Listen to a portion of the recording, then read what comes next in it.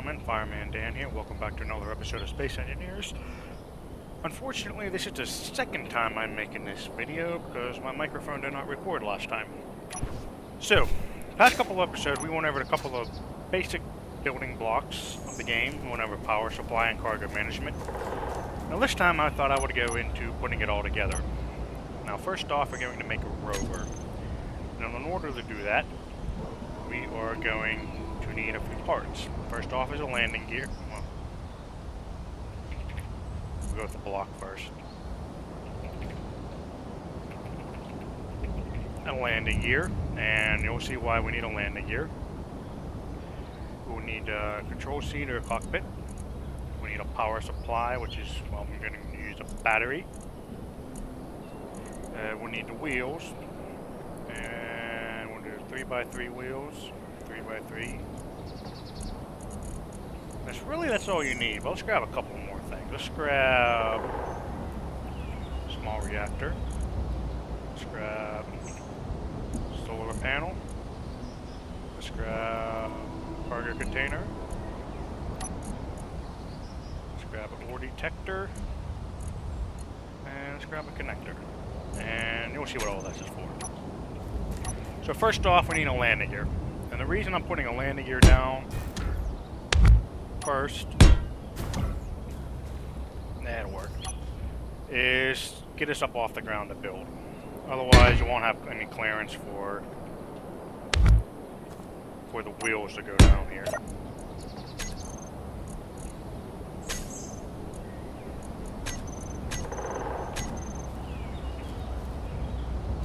That's annoying. There we go.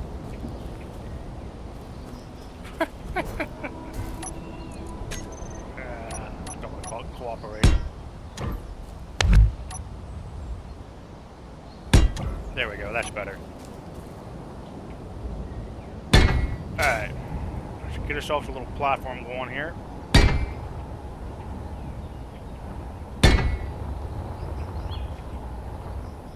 Alright. So, let's put a control seat down. And you can do this in any particular order. It depends on how you're building your rover. So we got our seat down. Next, we'll put our power supply down. Right? From there, let's put the wheels down. Now, these wheels are directional. If you see on the top right-hand side there, it says 3x3 right. 3x3 is the size of the wheel, and the right is what side of your build it goes on. And so there's one. And do you see the pistons right there? That's top. This struts go up the top. Put another one on the back. One the other side. 3x3 left. Whatever.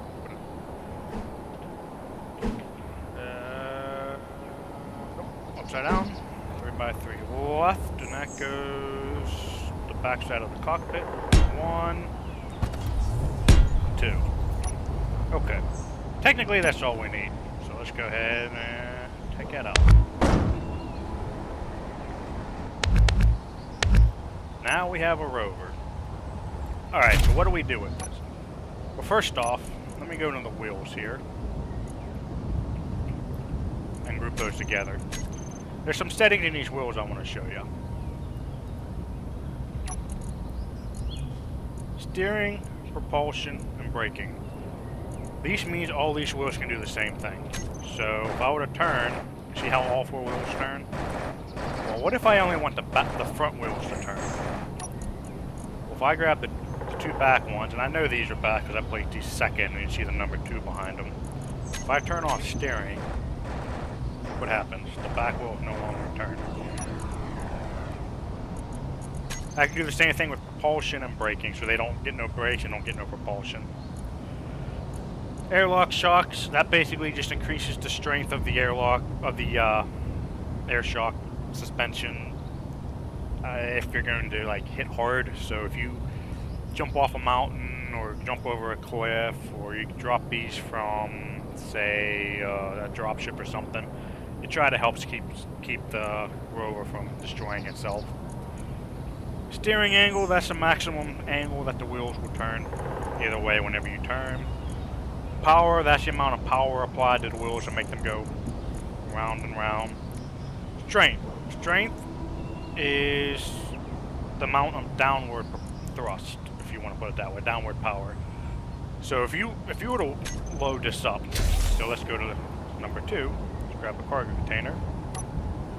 And let's throw a bunch of stone in here and watch what happens. Watch the rear end of this thing drop when I put a bunch of stone in this.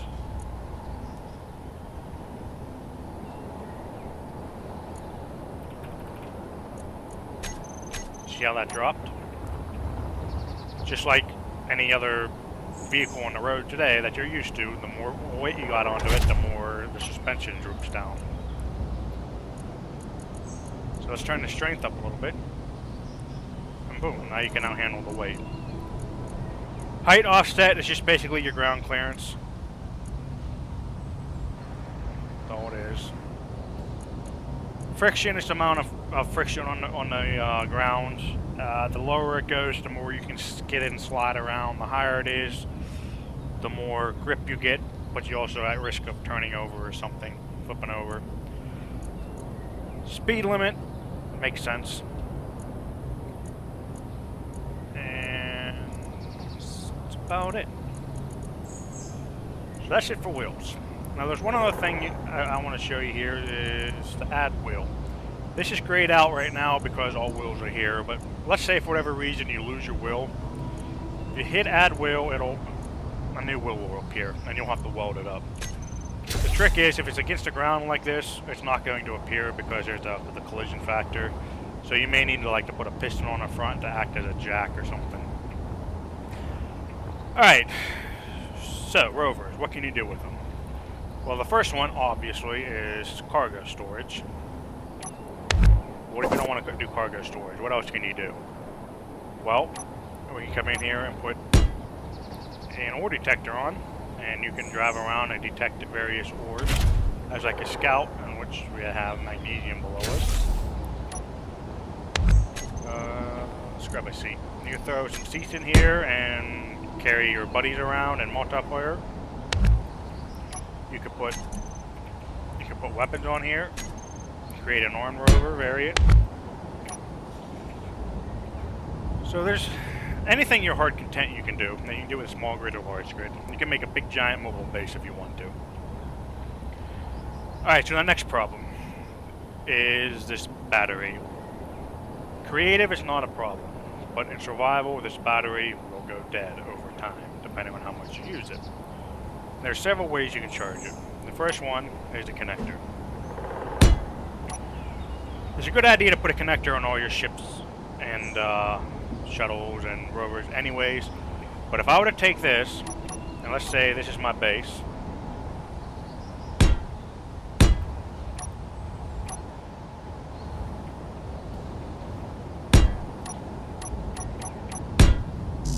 and I were to drive up on a platform here, and that right there is why you turn down the power.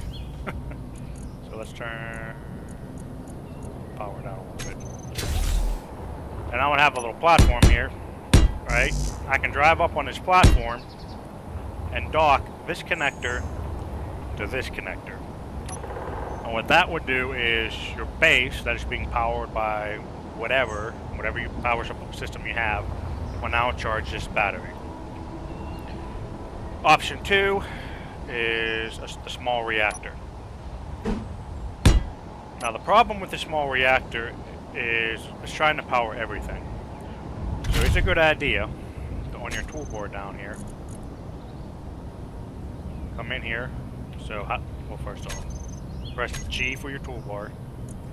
You can either drag it down there like that, or you can right click on it and hit whichever option you want. In this case, I'm going to go to recharge on and off, and reactor toggle block on and off. The other way to get in that is open up your control panel, go to battery, and it's right here, charge mode. Auto, recharge, or discharge. Recharge is recharge, discharge is only, and auto is automatic. And then your small reactor on and off. Right? So, I'm driving along, whatever, or I come back and park to my base, battery's dead. What do? Press number 1. I turn the battery into recharge mode. That way, all this battery does is charges. Number 2, I turn on my reactor. And now my battery's charging. The downside is this reactor is trying to power everything on this grid. Depending on how much you got and how much what you're doing, if you got shields from like a shield mod or something, that could overload this reactor. So you may have to have stuff turned off. So the only other thing on here other than the connector is the seat and the wheels. So I got my wheels in the groove right here. I'm going to take that down here and I'm going to have that turn on and off. I'm going to turn my wheels off. Now if you look at my power at the bottom right, you see how it goes from 2% to 1%? That's not much of a difference, and even 2% is nothing. But depending on what you got on this rover, it can quickly override your reactor. Watch what happens when I try to drive. See how it goes up to 50%? Because of that, it can take a long time for this battery to charge. Because it can take a long time for the battery to charge, that's why it's a good idea to connect it to your connector at your base. So, option 1, which is your best bet, is to connect to the base. Option 2, which is second best bet, is to have a reactor on board. Now option 3. Did I not grab a... Yeah, I did. Option 3 is a solar panel. Option 3 is, well, other than the components, it's free. Problem with that is, look at your power output. 100%, 80%, okay? So it's changing around. So if I try to drive it like this, see how it's doing that? Because it's overloading the solar panel. It's overloading my power supply. That's why you put the battery in recharge mode and you turn off the wheels. Now it's at 8%. It's using 8% right now to power this and the connector. And I can shut both of those off as well. Well, I can't shut the cockpit off. I can shut the connector off. Now it's still at 8% because there's not that much power. Now if I turn my battery on, now I can drive around. Right? Driving around. See, I'm front heavy. Okay, my battery's dead. I park my Rover, turn it into recharge mode, turn the wheels off, and boom. Now I just let the solar panel take free energy from the sun, and I charge my battery. And that's my starting Rover. And if I had an ore detector on here, I can do the same thing. Ore detector, on, off. Right, on, off. You see the power option changing down there? And if I turn up the range, watch it go from 8% to 14%. Now, let's say I drop this back down to 25. What was that? But now that was 25. It's at 14%. Still at 14%, but okay. Now I'm up to 36% power usage with the solar panel. It's just the wheels on and the battery on. If I try to drive, I'm overloading the system. So, quick recap. Make yourself a platform, put your wheels on it, put your cockpit on it, put your power source on it. Some method to recharge your power source if you're using batteries. If you're not using batteries, a simple reactor will fine. And whatever else you need. In this case, Scout Rover to find ore. I got an ore detector. Now let's get ourselves up to space. Okay, so here I am up in the cold fringes of space, right? Let me paste in my fancy dancy, very fancy rover. And the reason I brought this up here is everything that I told you down there applies up here, with the exception of one major thing. That is how you move around. So down on the planet,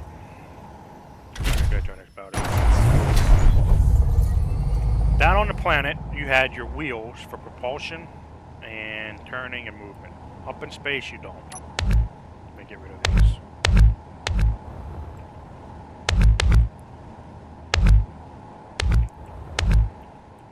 Now up here, you use thrusters and gyroscopes. So let me go ahead and grab those here.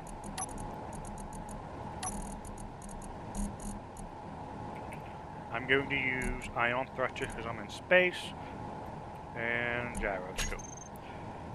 So, you need thrusters pointed in every direction.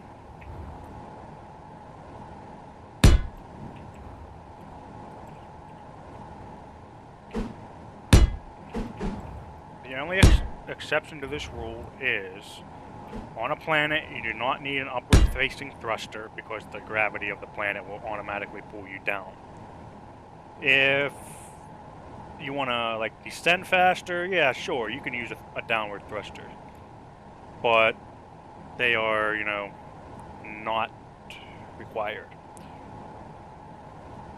And also on a planet, you want to be using atmospheric or hydrogen thrusters, which I know we discussed in a previous video. The difference is hydrogen have more power output but require hydrogen, whereas these ions and these and atmospherics require your battery source, which you can get for free from the sun. Oh, and I need downwards. So now I can move around, right? Forwards, backwards, left, right, up, down. The more you have, the faster you can move in each direction. But only put on what you need because, one, it adds weight, two, it adds power. The more you have, the more power you need, which, because the more power you need, obviously the more you got to put down, the more batteries, which just in turn is more space, which means more weight. Now, the problem with this is, even though I can move forward, back, left, right, up, down, I can't turn. Like, I'm moving my mouse, I can't aim. That's where the gyroscope comes into play. Now that I got a gyroscope on, now I can look around. And same deal with the thrusters. The more you have, the faster you can, you know, look around. But once again, the more space it takes up, the more weight, the more power. Now, next difference, let me show you this here. I'm going to go ahead and group my thrusters together. Same as the wheels, but thrusters, except this one backwards. I'm going to put on brake. And you can call that whatever you want. So backwards meaning backwards. The one technically pointing forwards, but it moves you backwards in that direction. Here's why. With your inertial dampeners, when you let go, you automatically stop, right? Well, duh. So what if you want to keep moving in that, let's say, towards the moon? Well, you can easily turn your inertial dampeners off. An object in motion stays in motion, correct? Well, what if I want to suddenly go to that part of the moon? Well, guess what? I'm still moving in that direction. So in order for me to go there, I gotta turn my inertial dampeners off, but now that slows me down, and I gotta thrust forwards again, which uses more power. And I turn my inertial dampeners off. Well, there's a way around that. What's the way around that? Well, groups. So I got my thrusters on off. That braking thruster.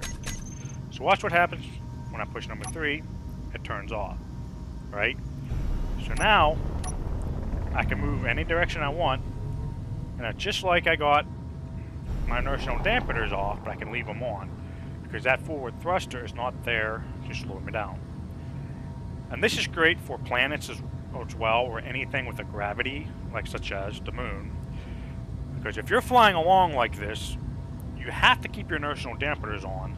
Otherwise, the planet's gravity is just going to keep pulling you down and down and down, and you'll just have to keep hitting spacebar to keep yourself from, you know, falling to the planet. Whereas in this case, you can leave your inertial dampeners on, which will keep you from getting dragged down, but you can still keep moving forward at a leisurely pace without sitting there and keep tapping forward, and keep tapping forward, and keep tapping forward, and keep tapping forward, you know? Or just keep tapping spacebar to keep yourself off the planet. That's a neat little trick. So, I think that covers it for the rovers, that covers it for spaceships. And this is a, you know, this is a small one, and it's not very pretty. But the concept applies between small grids, large grids, spaceships, or flying craft, I should say, and rovers. You need some kind of control seat, you need some kind of power supply. If you're using power, you need to be able to charge it, and you need your propulsion, which in this case is ion thrusters. Because a rover would be wheels. Yeah, okay. And you can do whatever you want with this. You can put weapons on it, you can put scouting objects on it, you can put seats on it, cargo container, whatever. Last but not least, let's do a moon. Well, I should say a base. And the reason I chose the moon is because A, there is some gravity there, but there's no atmosphere. Alright, one spot's as good as the other, so let's get started here. So first things first, I got my large grid, right? It's building me a nice platform.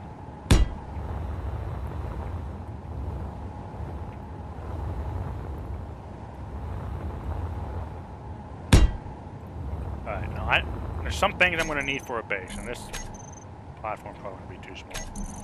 I need power supply, right? I'm going to use a large reactor.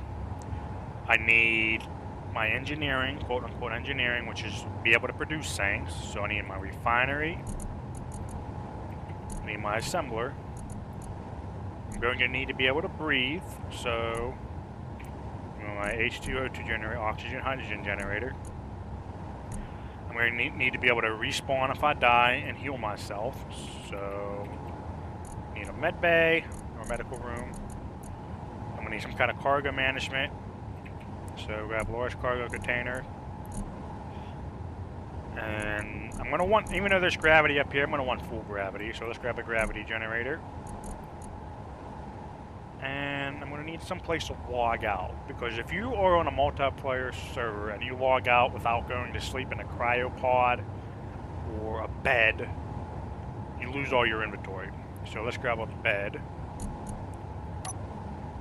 And next I'm going to be able to need to move my cargo around, so let's grab a conveyors. And let's grab a connector as well. I think that's about the gist of it. Okay, first off, power. Right? So now I got my power. Now my engineering. I got my refinery. I got my assembler. I'm going to need to store my cargo. Right? So that's basically my engineering. My power source, my production source, and my cargo source.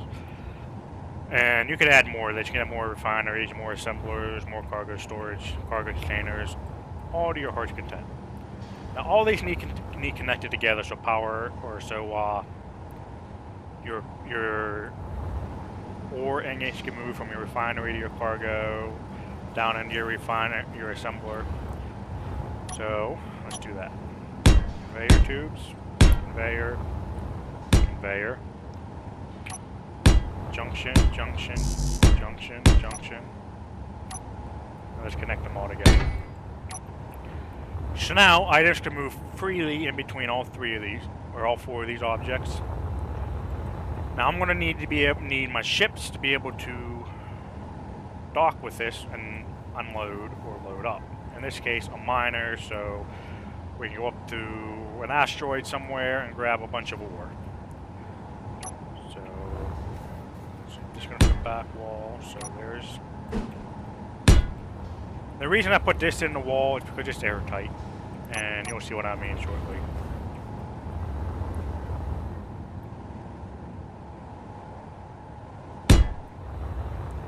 All right. Oops. So let's do this.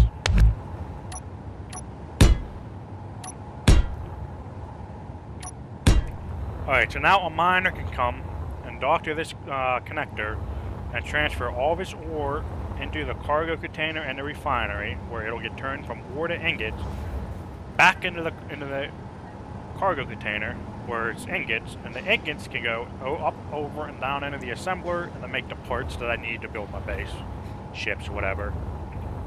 And also my uranium can go in my refinery. Let's close this off a little bit.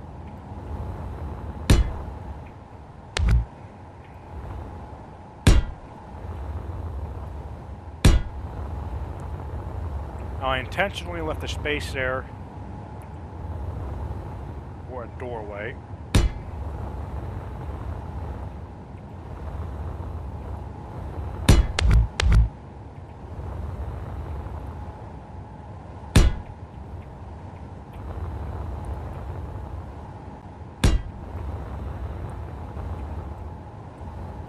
Let's grab some stairs.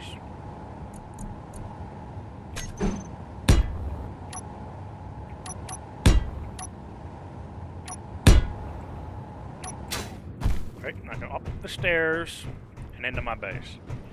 Alright, so it's dark in here. So let's get some lights.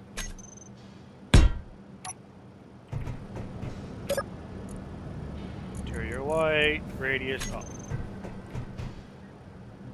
So now what do I need? Well, I got my production. Now I need to be able to spawn somewhere if I die. So let's grab my medical room. Now I can spawn. Not only can I spawn, but if I come over here and hold F, I can rejuvenate my power, which if you look in the bottom left-hand side, there's the lightning bolt. It's staying at 100 because I'm in survival or creative, but if I was in survival, that would drop. And there are several ways you can rejuvenate your power, one of which is through the medical bay, by holding F, or you can sit in a control seat, or some kind of control seat, so let's put one of those down. Let's put a station. Control station, and it doesn't have to be this. You can jump in a fighter or something to rejuvenate your power source.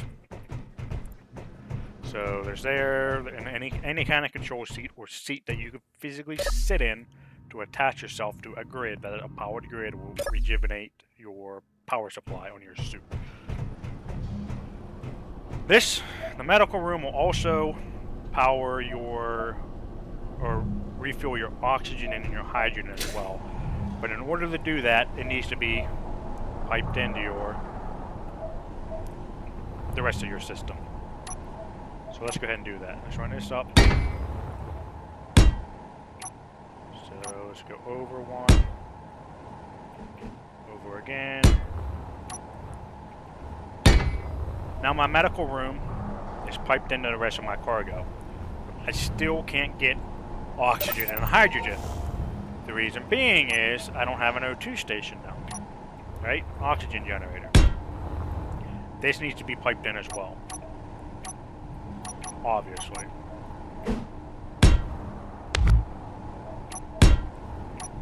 Now in creative, it does it by itself.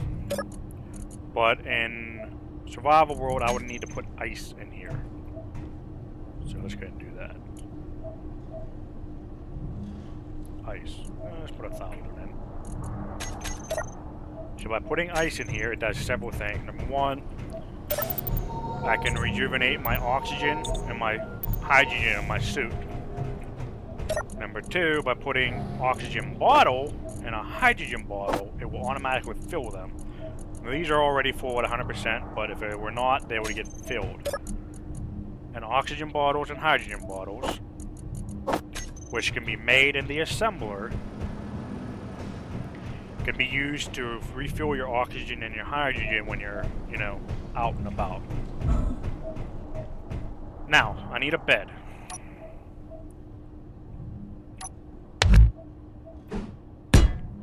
So I can, go to sleep and log off. But if I were to just do this, let's say on a multiplayer server, I would suffocate to death eventually, because even though you're here and you're logged off, your multiplayer server could still be running whenever somebody else is in here, or not when nobody is in here.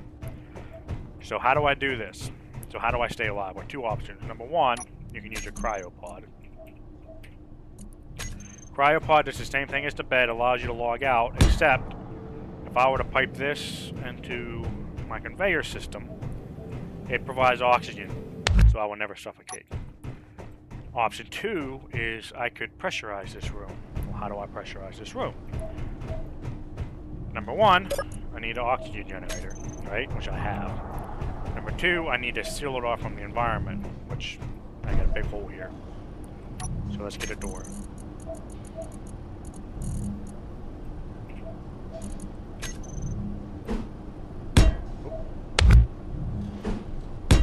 need a door. Well, any door works. Sliding door, offset door, whatever. Now it's sealed, but it's still not pressurizing. There's one more thing I need. You need an air vent.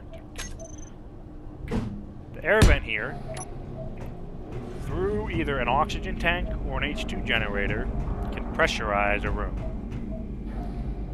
And let's give it a second here. If I click on this, you can see the room pressurization level. The bigger the room, the longer it takes. The more vents you add, the quicker it is.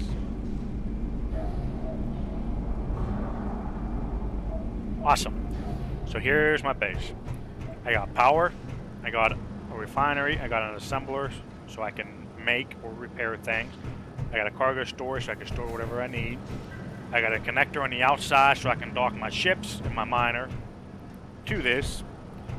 I got a place I can log out. I got a place I can respawn and refuel my suit up. And I got my oxygen, hydrogen, and a vent, so this is pressurized. Downside with this is what happens if I go to leave. I just vented my room. So you can either do that and lose this lose all this ice and oxygen every time you go to leave or enter, or you can make a airlock. The easiest way to make an airlock is a sliding door. So you know that because the sliding door, see how it's got this little compartment in here, right? It's offset. On the exterior one, you have it on one way, and in the interior, you have it facing the other way. So now, just wait for this to fill up.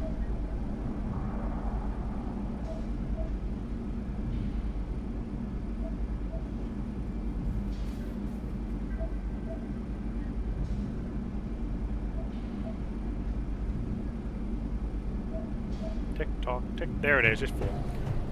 So now, right? I come in here, open, inside, close, open.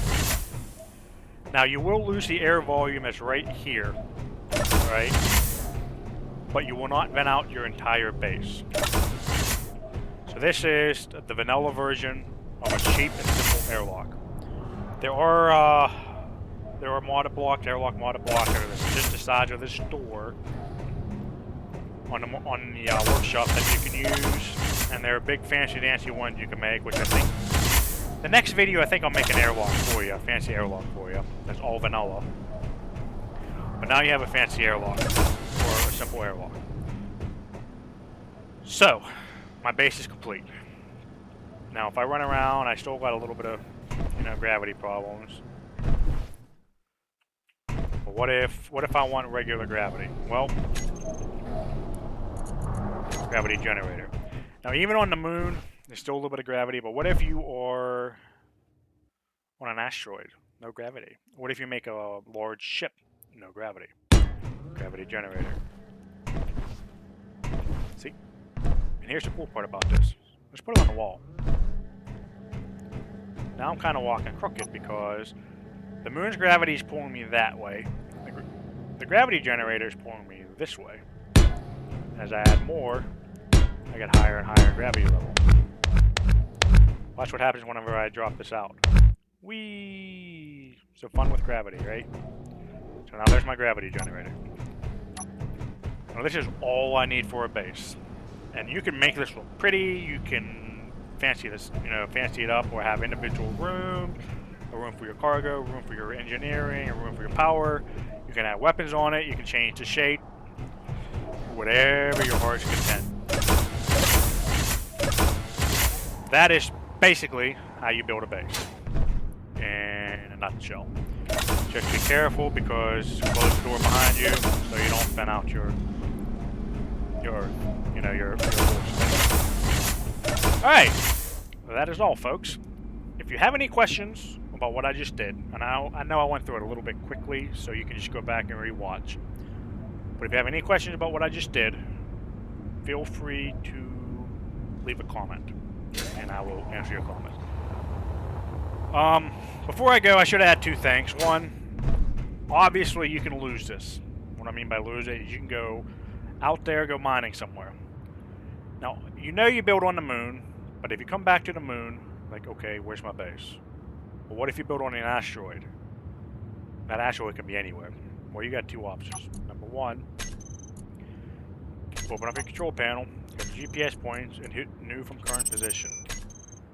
But guess what? Now you got a GPS point that shows you where to get back to. If you don't want to do that, option B is an antenna or a beacon. Now the beacon. The downside is the antenna or the beacon will show for everyone. So what that means is if you're on a multiplayer server and you have hostile players out there, they can see this as well. They know exactly where your base is. Or at least they know there's something there. So that's why GPS are great. And if you don't want to, not only that, but if you go out and say an asteroid and there's a bunch of iron on it, you can create a GPS point and rename it. So this will be, say, my base, right? Let's say way 100, let's say 10 kilometers away is an asteroid with iron. And I can rename this iron or whatever. At the same time, you got 20 GPS points. And you don't want 20 markers on showing up on your screen. Show on HUD, turn that off. It disappears. It's still there, but it just disappears from your HUD. So it kind of declutters your HUD. So that way you don't get lost. So always have some kind of way, a GPS point or a beacon, to get back to your base. GPS points are good for stationary objects. They're not so good for ships because ships move. So you can, say, have a large mobile ship out there as your base, instead of this. Have a park somewhere, then you can move it if you need to and create a new GPS point, or you can put a beacon on it, but once again, beacons and antennas, they draw attention. Alright, so, thank you for joining me on this little,